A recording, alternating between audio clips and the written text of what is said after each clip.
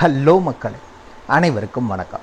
இன்றைக்கி நம்ம ஜாபல சேனலில் எதை பற்றி பார்க்க போகிறோம் அப்படின்னு பார்த்தீங்கன்னா, நம்ம தமிழக அரசு தலைமை மருத்துவமனையிலேருந்து ஒரு மாபெரும் வேலைவாய்ப்புக்கான ஒரு புதிய நோட்டிஃபிகேஷன் ரிலீஸ் பண்ணியிருக்காங்க.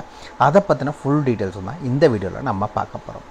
ஸ்கிப் பண்ணாமல் ஃபுல்லாக பாருங்கள், அப்போ தான் முழுமையான தகவலை உங்களால் தெரிஞ்சுக்க முடியும்.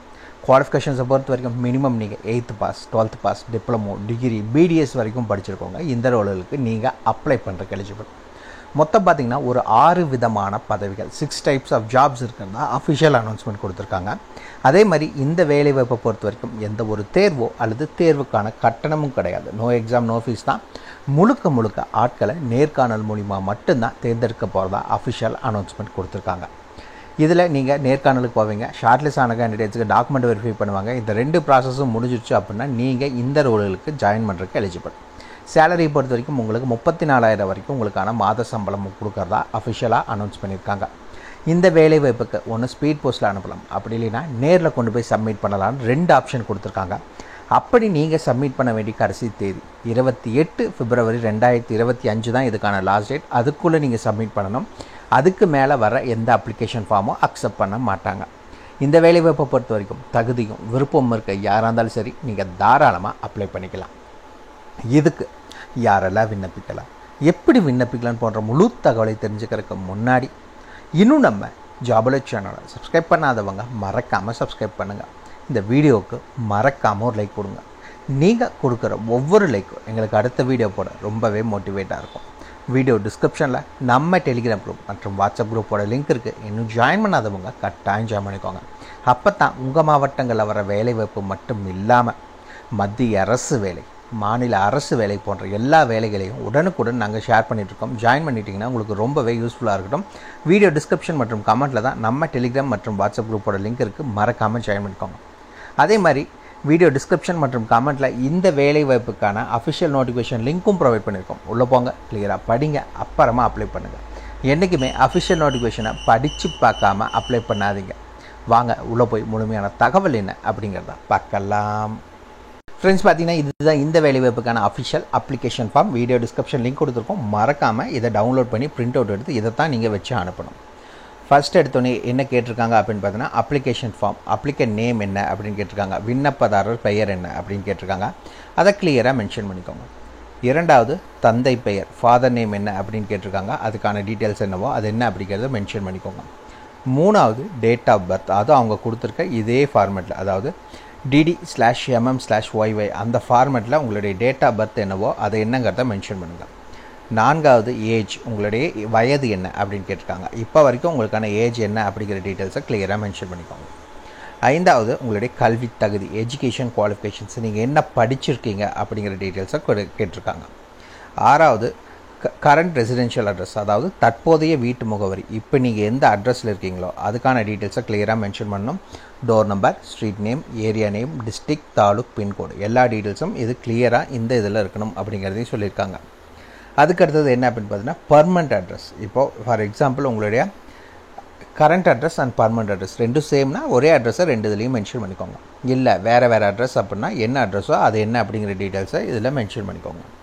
அண்ட் தென் பார்த்திங்கன்னா, ஆதார் கார்டு நம்பர், உங்களுடைய ஆதார் கார்டில் இருக்க நம்பர் என்ன அப்படிங்கிறத இதில் பார்த்து கிளியராக எழுதிக்கோங்க. எட்டாவது, உங்களுடைய மொபைல் நம்பர். மேபி பார்த்திங்கன்னா உங்களுடைய மொபைல் நம்பர் 1 2 இப்போ 2 நம்பர் இருக்குது அப்படின்னா 2 நம்பரையும் மென்ஷன் பண்ணுங்கள். ஒரு நம்பரை மட்டும் மென்ஷன் பண்ணிடாதீங்க. மேபி ஒரு நம்பருக்கு கூப்பிட முடியலன்னா இன்னொரு நம்பருக்கு கூப்பிடலாம். அந்த ரீசனுக்காக மறக்காமல் 2 நம்பர் இருந்துச்சுன்னா 2 நம்பரையும் மென்ஷன் பண்ணுங்கள். அண்ட் தென் பார்த்திங்கன்னா, உங்களுடைய இமெயில் ஐடி, மின்னஞ்சல் முகவரி எதை இருந்துச்சு அப்படின்னா மென்ஷன் பண்ண சொல்லியிருக்காங்க. கம்பல்சரி இமெயில் ஐடியும் மென்ஷன் பண்ணுங்கள். கால் பண்ண முடியல அப்படிங்கிற சூழ்நிலையில் அவங்க மெயிலும் கூட அனுப்பலாம். ஸோ அந்த ரீசனுக்காக உங்களோட இமெயில் ஐடியும் மறக்காமல் மென்ஷன் பண்ணிக்கோங்க. அதுக்கடுத்து என்ன கொடுத்துருக்காங்க அப்படின்னு பார்த்தீங்கன்னா, பிளேஸ் அண்ட் டேட் அப்படின்னு கொடுத்துருக்காங்க. உங்களோட ஊர் பேர் இது, அதே மாதிரி என்றைக்கு அனுப்புகிறீங்க அப்படிங்கிறத கொடுத்துருக்காங்க. இந்த இடத்துல அப்ளிகன்ட் சிக்னேச்சர், விண்ணப்பதாரர் கையொப்பம், இது எல்லாமே ரொம்ப தேவையான டீட்டெயில்ஸ் தான். அது ரொம்ப ஈஸியாக தான் கேட்டிருக்காங்க. அது எல்லா டீட்டெயில்ஸும் மென்ஷன் பண்ணிக்கோங்க. சரி, அதை ஃபுல்லாக நீங்கள் மென்ஷன் பண்ணிட்டீங்க. அது கூட என்னென்னலாம் வச்சு அனுப்பணும் அப்படிங்கிறதுக்கு கிளியராக இங்கே கொடுத்துருக்காங்க. இந்த இடத்துல ஃபஸ்ட்டு மேலேயே மென்ஷன் பண்ணியிருக்காங்க, செல்ஃப் அட்டஸ்டட் டாக்குமெண்ட்ஸ், அதாவது நீங்கள் அனுப்புகிற எல்லா ஜெராக்ஸ் காப்பி தான் வச்சு அனுப்புவீங்க, ஒரிஜினல் வச்சு அனுப்ப மாட்டீங்க. அப்ளிகேஷன் ஃபார்ம் கூட நீங்கள் என்னென்ன ஜெராக்ஸ் காப்பிலாம் வச்சு அனுப்புகிறீங்களோ அதில் கீழ் எண்டில் உங்களுடைய கையெழுத்தை போட்டு தான் அனுப்பணும் அப்படிங்கிறது சொல்லியிருக்காங்க. ஃபஸ்ட் எடுத்தோன்னே 2 ரீசன்ட் பாஸ்போர்ட் சைஸ் ஃபோட்டோ வைக்கணும். இரண்டாவது evidence of date of birth. உங்களுடைய டேட் ஆஃப் பர்த்துக்கான ப்ரூஃப், பர்த் சர்டிஃபிகேட் வைக்கலாம், 10th மார்க் ஷீட் இல்லைன்னா 12th மார்க் ஷீட் வைக்கலாம்னு சொல்லியிருக்காங்க. எவிடன்ஸ் ஆஃப் எஜுகேஷன் குவாலிஃபிகேஷன்ஸ், நீங்கள் என்ன படிச்சிருக்கீங்களோ அதுக்கான எவிடன்ஸ் என்ன, அதுக்கான குவாலிஃபிகேஷன்ஸ் அதுக்கு என்ன, மேபி இப்போ டிகிரினா டிகிரி சர்டிஃபிகேட் வைக்கலாம், 10th 10th மார்க் ஷீட் வைக்கலாம், 12th 12th, இல்லை 8th அப்படின்னா உங்களுக்கு டிசி கொடுத்துருப்பாங்க, அந்த டிசி வைக்கலாம். கவுன்சில் ரெஜிஸ்ட்ரேஷன், இதெல்லாம் பார்த்தீங்கன்னா நீங்கள் பிடிஎஸ் படித்தவங்க அந்த மாதிரி இருக்கவங்களுக்கு தான் இந்த இது கேட்பாங்க. And then Tamil eligibility test, 10th 12th mark sheet வந்து வைக்கணும் அப்படிங்கிறத சொல்லியிருக்காங்க. 8th உங்களோட இதே வச்சுருக்கணும், அதுலேயே அவங்க மென்ஷன் பண்ணியிருப்பாங்க. அந்த என்ன அப்படின்னு பார்த்தீங்கன்னா ப்ரூஃப் ஆஃப் ரெசிடென்சி, நீங்கள் இப்போ இருக்கிற வீட்டு முகவரிக்கான அட்ரஸ் ப்ரூஃப். இதில் பார்த்தீங்கன்னா 5 எண்ணம் கொடுத்துருக்காங்க. Nativity certificate, voter ID, panchayat municipality corporation tax receipt, Aadhaar card, ration card, இதில் ஏதாவது ஒன்று உங்களுடைய ப்ரூஃபாக நீங்கள் வைக்கலாம். எதுக்குன்னா அட்ரஸ் ப்ரூஃபாக வைக்கலாம் அப்படிங்கிறது சொல்லியிருக்காங்க. அதுக்கடுத்தது பார்த்தீங்கன்னா உங்களுடைய கேரக்டர் சர்டிஃபிகேட் வாங்கணும்னு சொல்லியிருக்காங்க. 2 இடத்துல வாங்கணும். ஒன்று குரூப் ஏ அல்லது குரூப் பி ஆஃபீஸர்கிட்ட வாங்கணும். இரண்டாவது ஒன்று பார்த்தீங்கன்னா கடைசியாக நீங்கள் படித்த ஸ்கூலில் காலேஜில் ஹெட் ஆஃப் த இன்ஸ்டியூஷன், அதாவது பிரின்ஸிபால் இருப்பாங்க, தலைமை ஆசிரியர்கள், அவங்கக்கிட்ட ஒரு சர்டிஃபிகேட் வாங்கணும் அப்படிங்கிறது சொல்லியிருக்காங்க. உடல் ஊனமுற்றோர் இந்த ரோலுக்கு அப்ளை பண்ணுறீங்க அப்படின்னா பிளாக் மெடிக்கல் ஆஃபீஸர்கிட்ட ஒரு சர்டிஃபிகேட் வாங்கணும். மிச்சம் வேறு ஏதாவது டாக்குமெண்ட்ஸ் இருந்துச்சுன்னா அதையும் வச்சுக்கோங்க. அவ்வளோதான். இந்த அப்ளிகேஷன் ஃபார்ம் கூட இந்தந்த டாக்குமெண்ட்ஸை வச்சு நீங்கள் அனுப்பணும். இதில் ஏதாவது ஒன்று இல்லைனாலும் அப்ளிகேஷன் ஃபார்மை ரிஜெக்ட் பண்ணிடுவோம் அப்படிங்கிறதா சொல்லியிருக்காங்க. சரி வாங்க நோட்டிஃபிகேஷனை பற்றின தகவல் என்னங்கிறத பார்க்கலாம். ஃப்ரெண்ட்ஸ், பார்த்தீங்கன்னா இதுதான் அஃபிஷியலாக நோட்டிஃபிகேஷன். இதுதான் இந்த இடத்துலேயே பார்த்தீங்கன்னா உங்களுக்கு கொடுத்துருப்பாங்க. 28/2/2025 மாலை 5 மணிக்குள் விண்ணப்பங்கள் வரவேற்கப்படுகின்றன அப்படிங்கிற சொல்லியிருக்காங்க. அதுக்கு மேலே வர அப்ளிகேஷன் ஃபார்ம் அக்செப்ட் பண்ண மாட்டாங்க. சரி, ஃபஸ்ட்டு என்ன வேலை வாய்ப்பு அப்படின்னு பார்த்தீங்கன்னா டென்டல் ஆஃபீஸர். சம்பளம் அப்படின்னு பார்த்தீங்கன்னா 34,000 ரூபாய். வயது அப்படின்னு பார்த்தீங்கன்னா உங்களுக்கு 21லேருந்து 35 வயதுக்குள்ள இருக்கவங்க அப்ளை பண்ணிக்கலாம். குவாலிஃபிகேஷன்ஸ் அப்படின்னு பார்த்தீங்கன்னா பிடிஎஸ் படிச்சிருக்கீங்க அப்படின்னா நீங்கள் அப்ளை பண்ணிக்கலாம். இரண்டாவது என்ன அப்படின்னு பார்த்தீங்கன்னா ரிஜிஸ்ட்ரேஷன் பண்ணியிருக்கோம். எதில் அப்படின்னு பார்த்தீங்கன்னா தமிழ்நாடு டென்டல் கவுன்சிலில் நீங்கள் ரிஜிஸ்டர் பண்ணியிருக்கணும் அப்படிங்கிறது சொல்லியிருக்காங்க. இரண்டாவது டேட்டா மேனேஜருக்கான வேலைவாய்ப்பு. மாத சம்பளம் 20,000 ரூபாய். வயது அப்படின்னா 21 முதல் 40 வயதினர் அப்ளை பண்ணிக்கலாம். இந்த வேலைவாய்ப்பை பொறுத்த வரைக்கும் போஸ்ட் கிராஜுவேட், அதாவது பிஜி முடிச்சிருக்கணும் அப்படின்னு சொல்லியிருக்காங்க கம்ப்யூட்டர் சயின்ஸில். அப்படி இல்லைன்னா பிஇயில் பார்த்தீங்கன்னா ஐடியில் எலக்ட்ரானிக்ஸ் படிச்சிருந்தாலும் சரி இந்த ரோலுக்கு நீங்கள் அப்ளை பண்ணிக்கலாம். மூணாவது வேக்சின் கோல்ட் செயின் மேனேஜர். இந்த சேலரி அப்படின்னு பார்த்தீங்கன்னா 23,000 ரூபாய். உங்களுக்கு வயது அப்படின்னா 21 முதல் 35 வயதினர் அப்ளை பண்ணிக்கலாம். குவாலிஃபிகேஷன்ஸ் அப்படின்னு பார்த்தீங்கன்னா கிராஜுவேட் டிகிரி முடிச்சிருக்கணும்.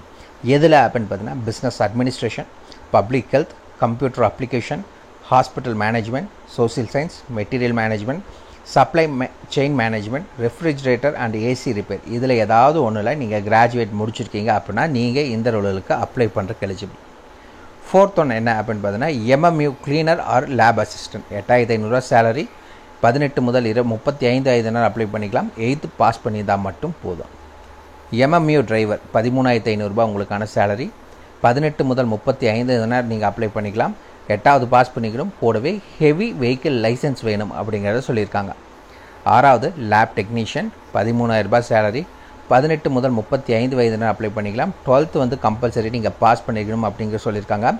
இது இல்லாமல் 2 years கோர்ஸ் எதில் அப்படின்னு பார்த்தீங்கன்னா மெடிக்கல் லெபார்ட்ரி டெக்னாலஜி படிச்சிருந்தாலும் சரி படிச்சிருக்கணும். கூடவே பார்த்தீங்கன்னா சிஎம்எல்டி 1 year கோர்ஸும் முடிச்சிருக்கணும் அப்படிங்கிறதையும் அவங்க அறிவிச்சிருக்காங்க. சரி, ஆல்ரெடி நாங்கள் அப்ளிகேஷன் ஃபார்ம் கூட என்னென்னலாம் வச்சு அனுப்பணும் அப்படிங்கிறத சொல்லிட்டோம். இதில் நீங்கள் அனுப்ப வேண்டியது ஒன்று நேரிலோ அல்லது ஸ்பீட் போஸ்ட், 2 இதுவும் கொடுத்துருக்காங்க. 2ல் எது வேணாலும் சொல்லியிருக்காங்க. அனுப்ப வேண்டிய முகவரி இதுதான்.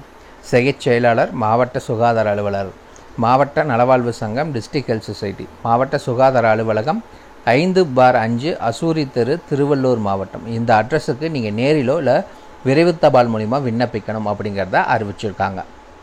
அவ்வளோதான் மக்களே. இதுக்கான ஃபுல் டீட்டெயில்ஸும் வீடியோ டிஸ்கிரிப்ஷன் லிங்க் கொடுத்துருக்கோம், மறக்காமல் செக் பண்ணிக்கோங்க. ஏதாவது டவுட் இருக்குன்னா கீழே கமெண்ட் பாக்ஸில் கமெண்ட் பண்ணுங்கள். உங்களை நாளைக்கு நான் வேறு சூப்பரான வீடியோ மூலிமா சந்திக்கிறேன். மிக்க நன்றி.